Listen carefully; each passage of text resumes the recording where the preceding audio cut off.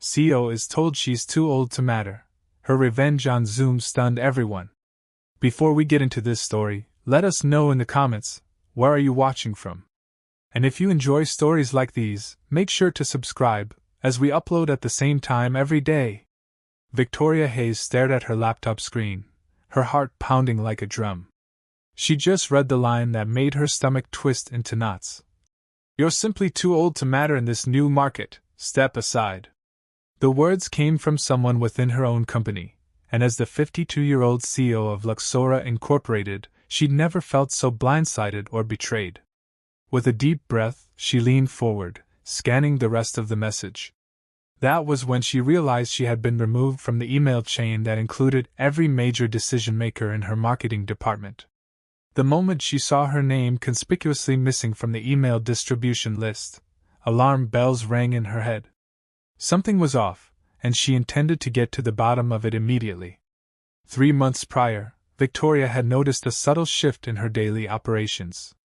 Meetings that once required her presence were now quietly rearranged. Projects she'd spearheaded were suddenly being steered by her younger executives. She found it odd but had initially chalked it up to an attempt by her team to be more proactive, stepping up to help lighten her load. However, the email in front of her now shattered any illusions of good intentions. Beneath the superficial politeness, the message was clear: they saw her as a relic from a bygone era. She could practically hear the condescension dripping from each carefully chosen phrase, each bullet point referencing a modern marketing approach that apparently excluded her. She took a moment to recall how Luxora Incorporated had begun. 2 decades ago, she'd started it in her cramped apartment, armed with nothing but a dream and a sketchpad. She poured her life savings into sourcing materials for her first clothing line. She'd personally delivered garments to small boutiques, slowly building a reputation for high-quality fashion that balanced timeless elegance with contemporary flair. Over the years, she'd expanded the brand, pushing it into the spotlight with savvy partnerships and unstoppable grit. But now, it seemed all that hard work was being overshadowed by the perception that, once you hit a certain age, you lose your relevance in an industry obsessed with youthful appeal. Her eyes flicked to the clock on her laptop. A marketing strategy meeting was scheduled in less than 5 minutes, a meeting she would have normally led. Yet here she was, with no official invitation. They clearly didn't expect her to show up. This was the first undeniable red flag, an all-hands marketing session from which the CEO was deliberately excluded. If that didn't scream conspiracy, nothing did. She refused to let them blindside her again. She clicked on the Zoom link she'd seen buried at the bottom of the forwarded email. She wasn't sure how they'd react when they saw her log in, but she knew it wouldn't be pleasant. The betrayal she felt fueled her determination. She could sense a storm brewing on the horizon, and if her instincts were correct, it was about to break any second. As she prepared to enter the virtual meeting, she vowed to confront whatever was happening head-on, no matter the fallout. Victoria hovered over the virtual waiting room for a second longer than usual, mentally bracing herself for whatever she was about to walk into. When the screen finally flickered to life, a grid of familiar faces stared back at her with varying degrees of surprise, discomfort, and outright annoyance. Jared, her vice president of marketing, was at the center of it all, leading a presentation that Victoria was clearly never meant to see. He paused mid-sentence, mouth slightly ajar, as he registered her presence on the call. "Victoria, hi," he mumbled, hastily trying to switch slides on his screen.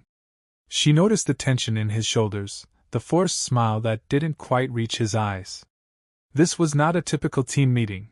The vibe felt secretive and collusive. She scanned the participants. Many were younger marketing strategists she'd personally recruited over the last few years. Zoe, a bright and promising junior strategist, quickly avoided eye contact when Victoria looked her way. Others wore expressions that ranged from awkward guilt to smug confidence.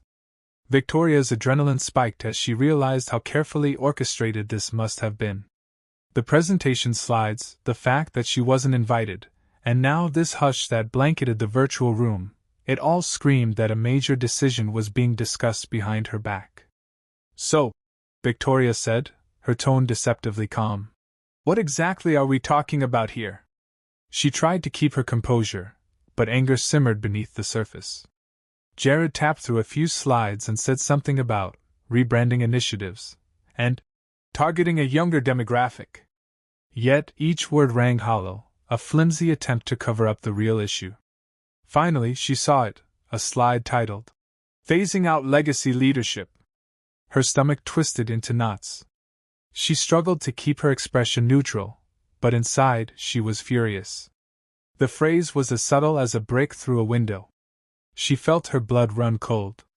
Victoria had read countless corporate proposals in her time, but this was the first to so blatantly suggest she was no longer fit to helm her own company. It was a direct attack, wrapped in polite corporate jargon. She raised an eyebrow, waiting for someone to explain themselves, to tell her exactly what they meant. Instead, her marketing team offered little more than awkward coughs and downward glances. Even Jared seemed at a loss for words, fumbling with his notes. Phasing out legacy leadership, huh? She finally said, refusing to let the tension remain unaddressed. And what exactly does that entail? She could practically feel the intensity radiating through the screen. Zoe shifted in her seat, looking both sympathetic and terrified. Another junior staffer began to speak, but Jared quickly cut him off. We're just discussing some restructuring ideas.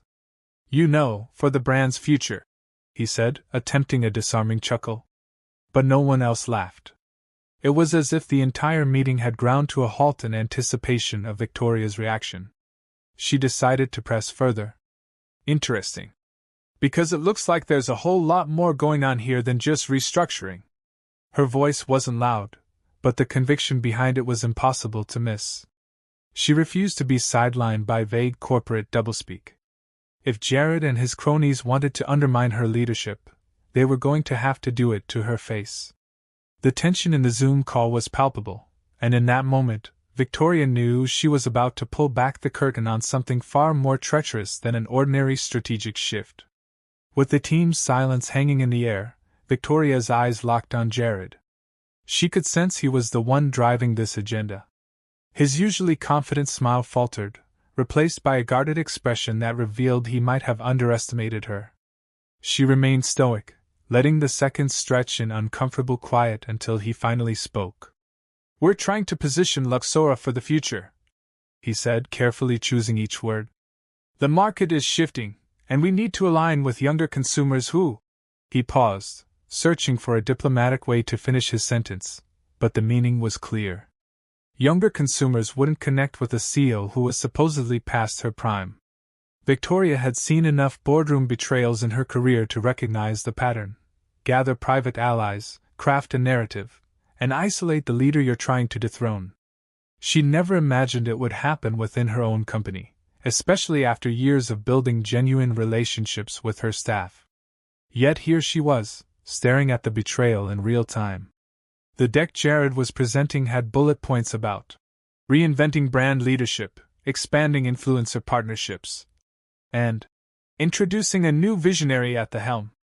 It was a smooth corporate strategy to push her aside, all under the guise of modernization. A slight movement caught her eye. Zoe was fidgeting, looking like she was on the verge of speaking up but too nervous to do so. Sensing an ally, Victoria directed a gentle question at her. Zoe, you're one of our brightest young strategists. What do you think about all this? The junior marketer's eyes widened. She glanced quickly at Jared, then back at Victoria. For a split second, it looked as if she might lie or deflect. But then she sighed, as though surrendering to her conscience. I think, Zoe began, her voice trembling slightly.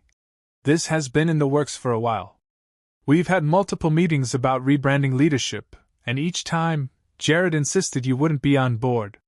He said the board of directors wants a fresh face, someone who represents the younger demographic, and that we needed to do this quietly. The confession felt like a bomb dropping in the Zoom call. Suddenly, it was out in the open. Victoria's jaw tightened, but she maintained her composure. If what Zoe said was true, then Jared had been plotting behind her back for weeks, maybe months. I see, Victoria said, her voice icily calm. She turned back to Jared, who was glaring daggers at Zoe. His hand twitched nervously, as though contemplating whether to end the meeting right there. But he didn't. He tried to retake control, clearing his throat loudly. We were going to loop you in, Victoria, as soon as the concept was fully fleshed out. We didn't want to worry you unnecessarily. It was a blatant lie, and everyone in the call knew it. The thought that stung the most was that the board might actually be complicit in this. She'd had a good relationship with most of the board members, or so she believed. Were they really all in agreement that she was too old for the brand she created from scratch? Or was Jared twisting facts for his own gain? She wanted answers, and she wanted them now. So you're saying the board asked for this? They asked you to quietly plan my replacement? She asked, refusing to let her voice betray any emotion. Jared squirmed in his seat. The color drained from his face as he tried to maintain his corporate poise. They've expressed concerns that we need a leadership figure who resonates with Gen Z and millennials more directly. He began, but Victoria cut him off. That's not an answer. Did they specifically say I'm too old for the position? Did they sign off on this deck? The entire marketing team watched the exchange like an audience at a tennis match, eyes darting back and forth between the two. Victoria could sense the tension fraying at the edges. She was determined to rip away the veneer of politeness and expose the raw truth. If Jared wanted a showdown, she was more than ready to give him one. She might have been blindsided at first, but she wasn't about to let her age or anyone's misguided assumptions strip her of the company she poured her heart and soul into. Her laptop chimed, alerting her to a new email from one of the board members. She refrained from opening it immediately, wanting to deal with Jared and his slide deck first. But the knowledge that they were reaching out at this very moment was like an itch she couldn't scratch. She inhaled deeply, trying to keep her emotions in check. Jared, she said, adopting a measured tone, I'm going to ask you once, directly, and I expect a straightforward answer. Did the board sanction this move to remove me from my role, or is this your interpretation of their concerns? The question hung heavily in the virtual space. In response, Jared forced a smile, though it looked more like a grimace. The board's perspective is nuanced, he hedged. They want what's best for Luxora, and so do I. We're in a rapidly changing market, and if we don't adapt, we'll lose our competitive edge. He advanced to a slide that showed dropping engagement metrics on social media. The chart purported to show how Luxora's brand was losing traction among younger audiences. But as Victoria glanced over the data, something felt off. The time frame was suspiciously short, zooming in on just a few weeks rather than months or years. And the metric chosen, purely social media likes, was hardly a comprehensive measure of brand health. Victoria frowned. This chart, it only shows our Instagram likes for the last 3 weeks. Where's the broader data? Our quarterly reports? Customer surveys? Retail sales? You can't possibly make a strategic decision of this magnitude based on such a narrow snapshot. She looked around at the faces in the call, watching for any sign of dissent. Most of the marketing team seemed uncomfortable, but no one spoke up. Finally, Zoe cleared her throat softly. There was a more comprehensive report, but Jared said it wasn't necessary to share because it painted a complicated picture. The younger woman cast her gaze downward. It was clear she felt trapped between loyalty to her boss and loyalty to the truth. Jared bristled. Look, I'm just trying to highlight the urgency here. We have reason to believe we're not connecting with the next generation of customers, and we can't afford to ignore that. Victoria, you've always been the face of Luxora, and that worked for a long time. But times change. He tried to sound logical, even sympathetic, but the undertone was condescending. As if on cue, a voice from the call's chat chimed in. It was Dominic, another mid-level staffer. I'm worried about how this will affect the brand's long-standing reputation. We can't just disregard everything that made Luxora successful in the first place. That was exactly the point Victoria wanted to make. The brand wasn't about chasing trends or pandering exclusively to a demographic that changes its tastes every 5 minutes. Luxora's success hinged on a blend of timeless quality and modern aesthetics. She built the company to transcend fads, not chase them. Dominic's right, she said. We didn't get here by flipping our identity at every sign of changing consumer behavior. We evolved while maintaining core values. This approach you're pushing, Jared, it feels hasty. And using my age as a convenient scapegoat is not just insulting, it's unethical. She let the words sink in, watching Jared's reaction. A flicker of frustration crossed his features. From the corner of her eye, she noticed Zoe's mouth tense, like she wanted to add something but was still too scared to speak freely. Victoria could guess why.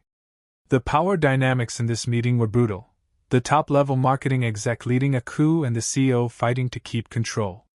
Anyone who chose the wrong side risked career suicide. But the tension had to crack at some point, and Victoria was determined to keep pushing until it did.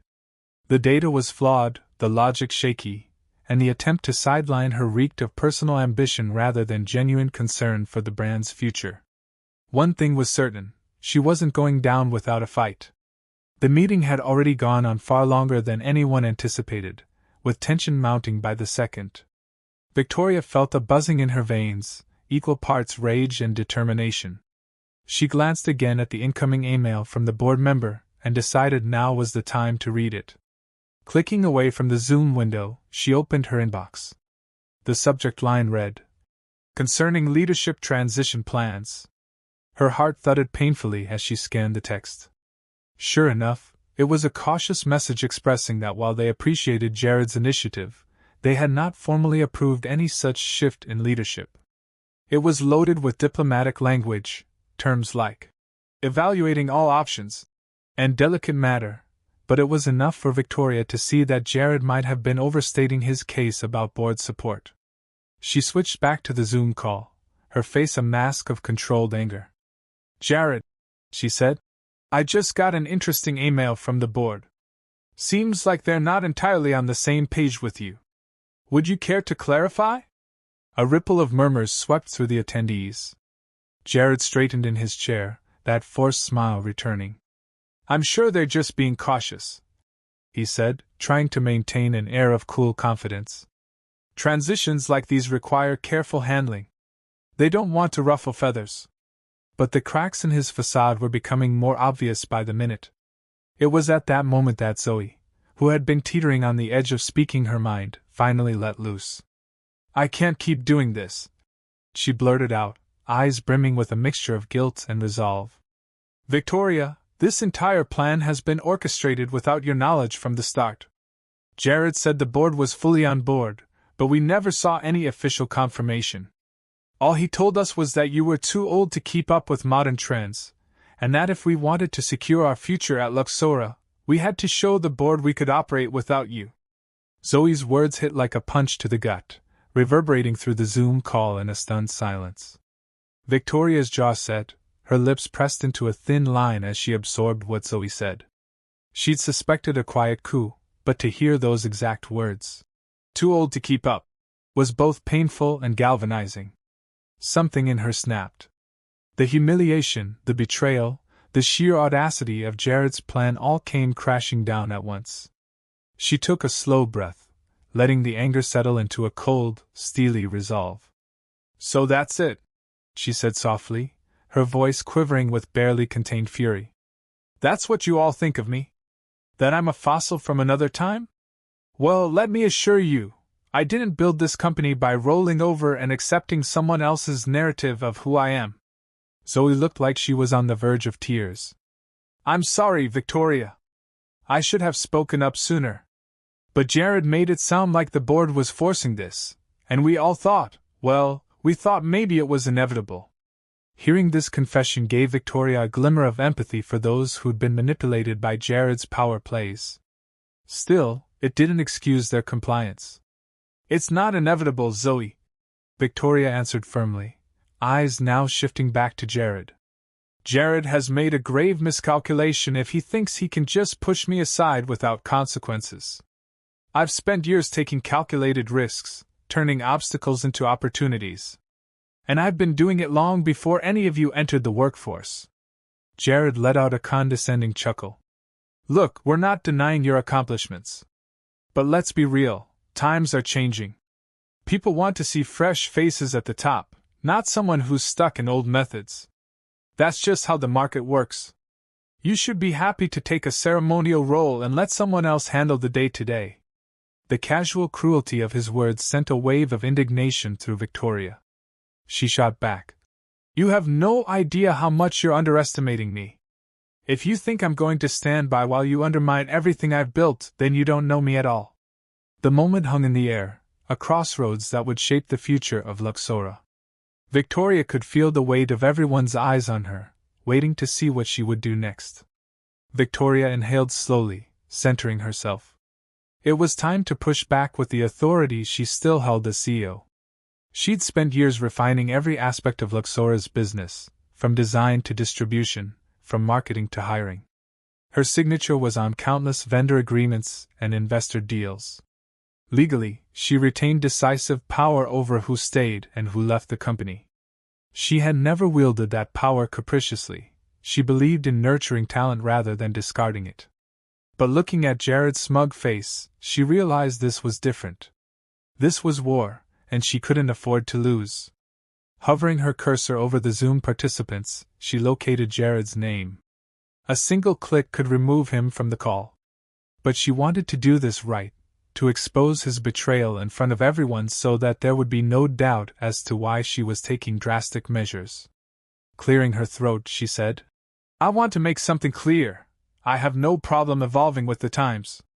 This company has survived recessions, supply chain crises, and shifts in consumer taste because we adapt. But adaptation doesn't mean stabbing your leader in the back. And it certainly doesn't mean disrespecting the experience and wisdom that built this brand in the first place. Jared tried to interrupt. No one's disrespecting you. But Victoria cut him off, her voice ringing with uncharacteristic force. Don't lie to me or anyone else here. You've spent weeks telling my team I'm too old to be effective, that the board wants me gone. That's disrespect if I've ever seen it. And it's not just disrespect, it's an outright coup. The word landed heavily. A few marketers glanced nervously at each other, clearly wondering if they might be implicated in Jared's plan. And for what? Victoria continued, her tone measured yet searing. So you can claim the CEO title, Jared? Is that it? You want the clout that comes with being at the top of a major fashion house? He opened his mouth, but no immediate answer came. Instead, an unsettling silence filled the call. Finally, Jared managed. You're blowing this out of proportion. We're all professionals here, just trying to stay ahead of the curve. If you can't handle the reality of where the market is going, that's on you.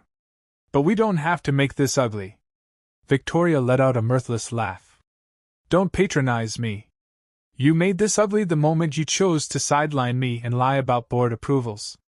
She took a moment to collect herself, scanning the faces in the meeting. Some looked remorseful, others defensive. Zoe simply appeared relieved that the truth was finally out in the open. Victoria decided to make her next move. Jared, you mentioned you have data backing up your claims that I'm a liability to the brand. I'd like to see that data in its entirety, not just cherry-picked Instagram metrics. Send it to me right now, or at least share your screen so we can all assess its validity. A flicker of panic passed across Jared's face. Well, I don't have it on this computer, he lied transparently. It's on a secure drive. I'll have to get clearance to share it. His excuses only served to confirm what Victoria already suspected. The evidence was either fabricated or manipulated to fit his narrative.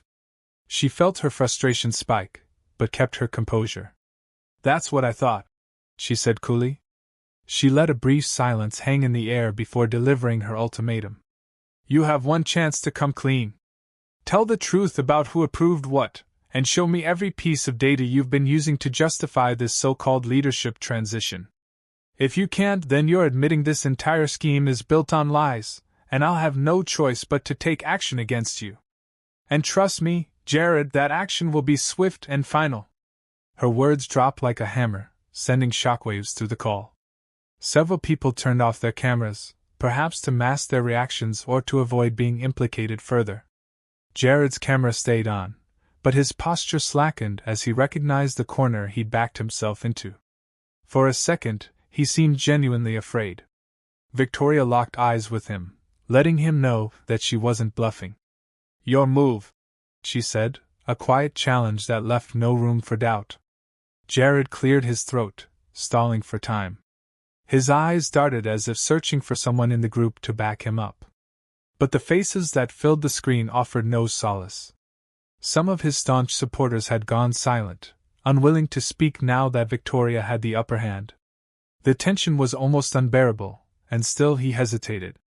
Finally, he decided on the only defense he had left, doubling down on his claims. "You think you can threaten me?" he said, mustering a bravado that rang hollow. "The board isn't going to sit back and let you ruin the company's future. They've seen the trends.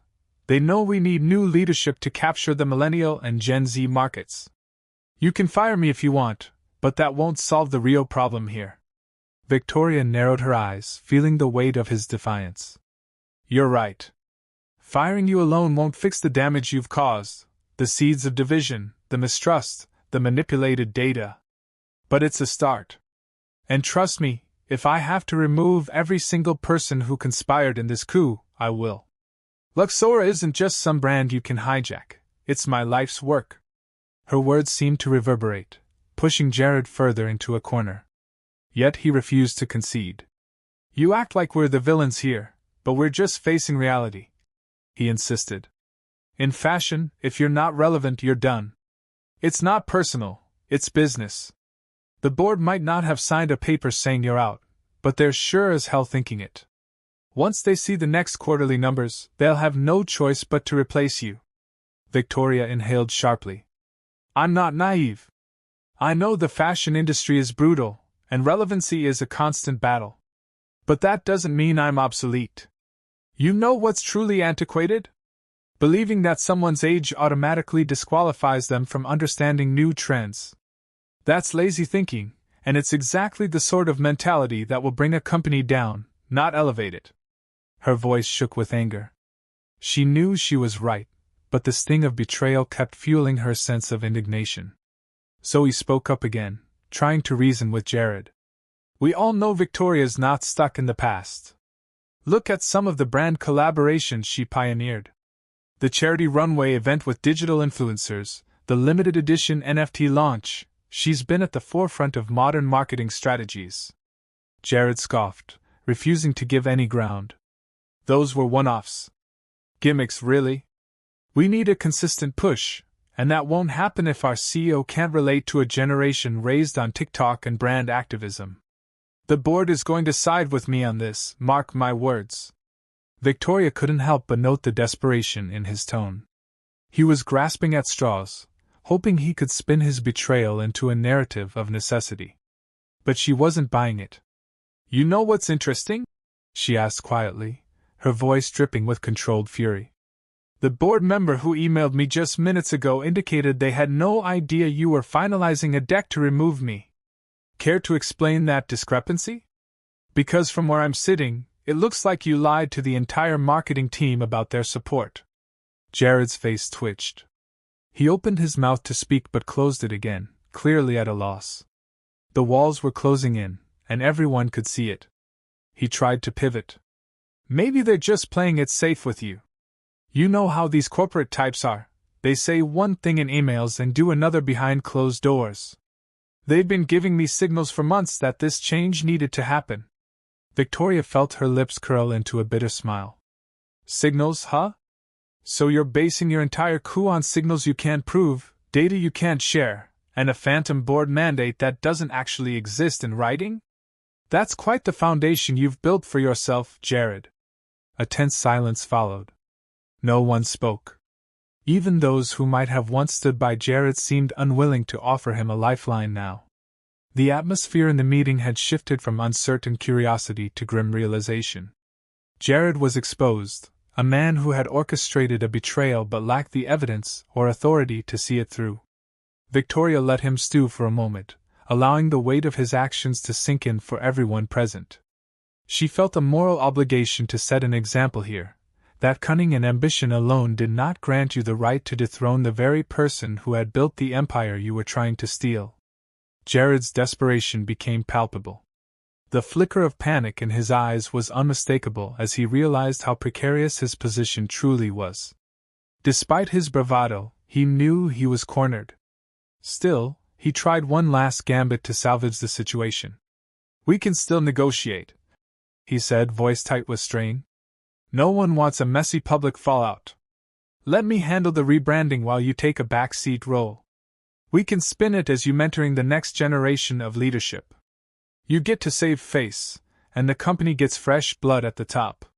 His words oozed faux diplomacy, but Victoria heard them for what they were, a final attempt at toppling her while allowing him to masquerade as a benevolent problem solver. She stiffened, recalling all the times she'd stood up to corporate bullies and smooth talkers who thought they could exploit her or her brand for personal gain. This was different, though. This was her own VP, someone she trusted, stepping on her legacy to lift himself up. The sense of betrayal was almost suffocating. Yet she remained composed, forcing herself to think strategically. "You really don't get it, do you?" she replied, voice shaking with a mix of fury and heartbreak. "You don't get the fact that Luxora's heart and soul can't be reduced to a fresh-faced narrative. You think it's all about image, but you're missing the real reason this company has thrived: relationships. Relationships with staff, customers, stakeholders, and every single person who's ever believed in our vision. You, Jared, have broken that trust." He tried to fire back, but she cut him off sharply. "No, I've heard enough. I gave you a chance to present your evidence, to be transparent. Instead, you've given me nothing but half-truths and manipulations. There's no place for that in my company, especially at the leadership level." A stunned silence gripped the Zoom call. The finality in her tone was unmistakable. This was not a negotiation. Jared seemed to sense that any further argument was futile. His chest rose and fell with quick breaths, eyes darting around as if searching for a lifeline among the faces on the screen. None came. Without another word, Victoria clicked on her HR director's name, a woman named Camila who had been quietly observing from the back. "Camila, I need you to prepare immediate termination documents for Jared, effective now. He has until the end of the day to hand over any company assets, files, and access credentials." The echo of her words registered across the call, leaving no doubt that this was not just a threat but an execution of power. Gasps filled the speaker grid, and a few participants quickly went on mute or turned off their videos entirely.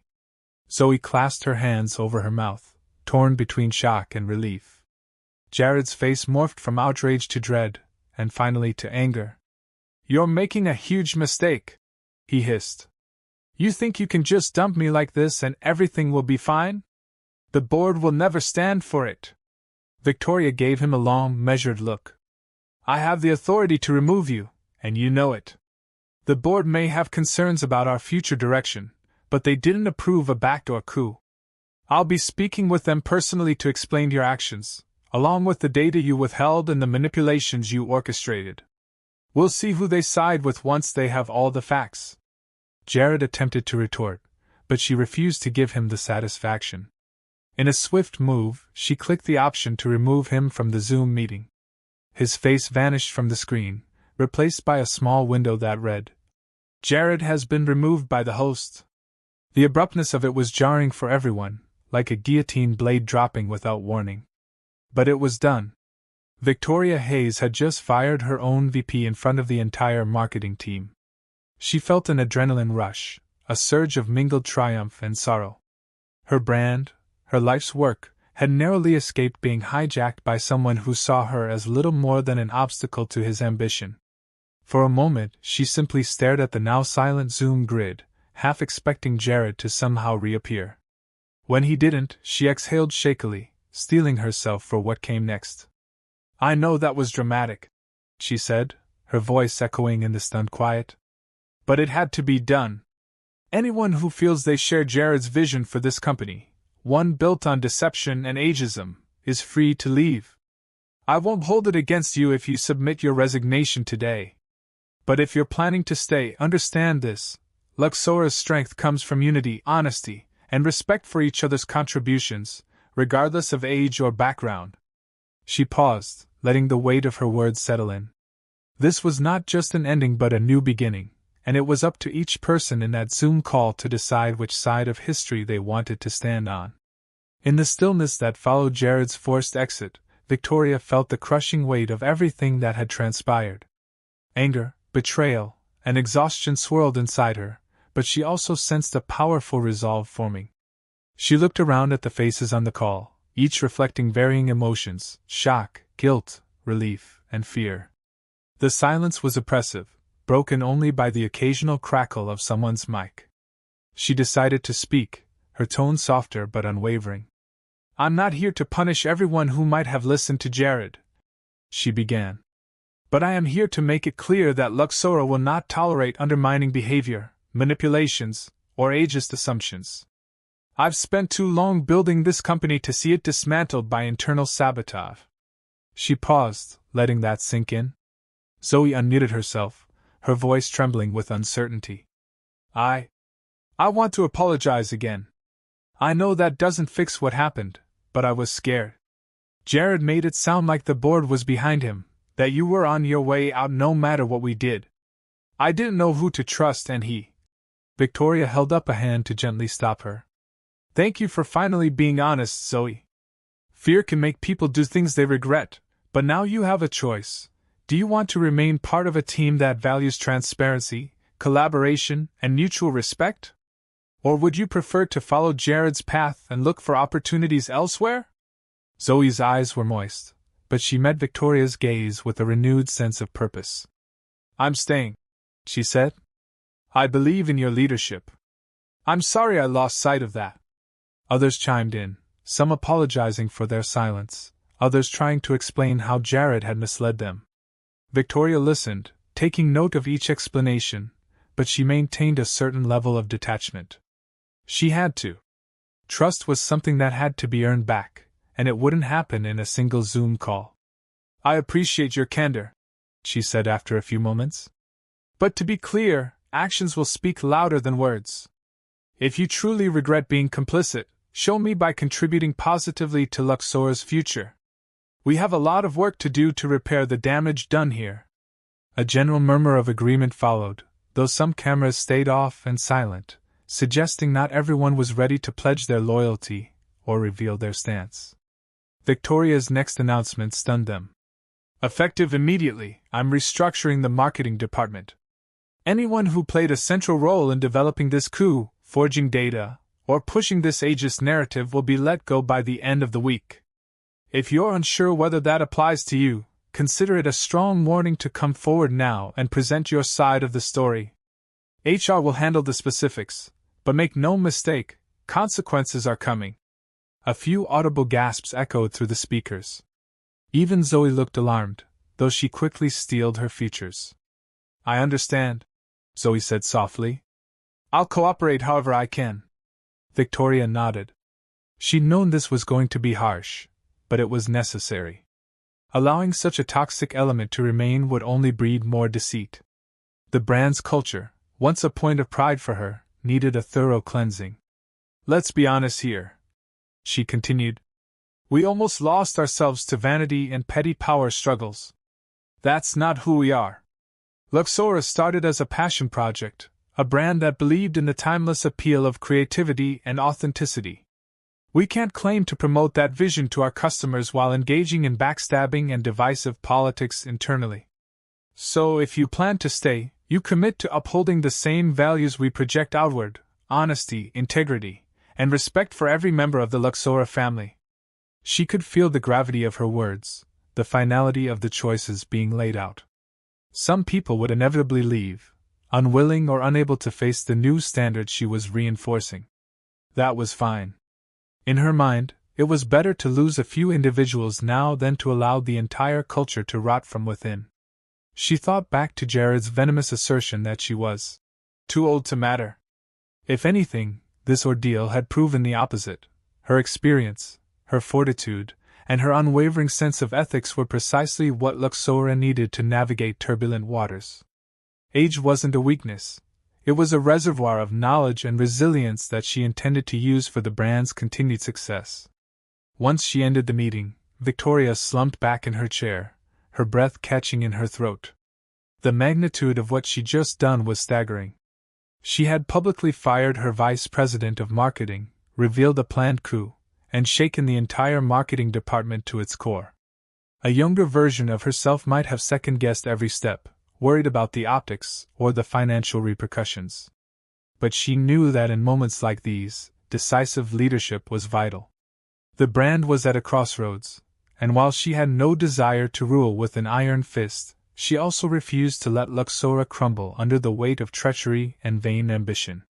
Her phone buzzed with multiple notifications. Texts of support from longtime employees, emails from the board wanting to schedule an emergency session, and even a few messages from partners who'd caught wind of the sudden shift. She took a moment to reply to her board liaison, confirming she'd meet with them first thing in the morning to lay out the evidence against Jared. The rest could wait. Right now, she needed a moment to process. Standing up, she walked to the window of her home office, gazing out at the city skyline. Her reflection stared back at her, a woman who had just refused to be rendered obsolete. She thought about the journey that had led to this point. The nights spent sketching designs until dawn, the countless rejections before she found a single boutique willing to carry her line, the expansion into international markets, the triumphant runway shows that established Luxora as a brand to watch. Every success had been hard-won, and she'd done it while facing an industry that too often fetishized youth and discarded age. Now, even her own team had tried to use that mindset against her. "Too old to matter," she whispered, letting the words hang in the air. They felt bitter, but also strangely liberating. Because they were undeniably false. She turned away from the window, her mind already working through her next moves. This wasn't just about firing Jared or purging the marketing team. It was about reinforcing a culture that valued talent and integrity, regardless of age. She could see new opportunities forming from the ashes of this betrayal. Perhaps she'd launch a mentorship program connecting seasoned experts with younger talent, fostering collaboration instead of division. Maybe she'd revamp the brand's public image to highlight the strength of experience, directly challenging the fashion world's obsession with fleeting youth. The possibilities were endless, and the thought gave her a renewed sense of purpose. Yes, there would be fallout. The abrupt firings would undoubtedly make waves, and some in the press would spin this as a panicked reaction from a CEO desperate to maintain control. Let them talk. Victoria knew that real leadership was about doing what was right, not what was convenient or easy. It took her years to build Luxora into a respected name, and she wouldn't let a misguided marketing coup tarnish its legacy. If anything, she welcomed the challenge to prove that age was neither a liability nor a hindrance, but a source of wisdom that could guide the company to even greater heights. Taking a final deep breath, she grabbed her phone and began composing a short, heartfelt message to the employees who remained loyal and to those who might be unsure about their future at the company. She emphasized unity, the importance of trust, and a shared commitment to evolving without sacrificing their core principles. She signed off by reminding them that Luxora's best days were still ahead, and that no matter what anyone said, their collective passion and expertise would guide them forward. The path would be rocky, but she was more than ready for it. After all, she wasn't just a leader, she was the architect of Luxora, and she wasn't done building her vision. She had more stories to tell, more barriers to break, and more proof to offer that age was simply another facet of experience, an experience that made her unstoppable. And with that final, resolute thought, Victoria Hayes prepared to usher in a new era for the brand she loved with every fiber of her being.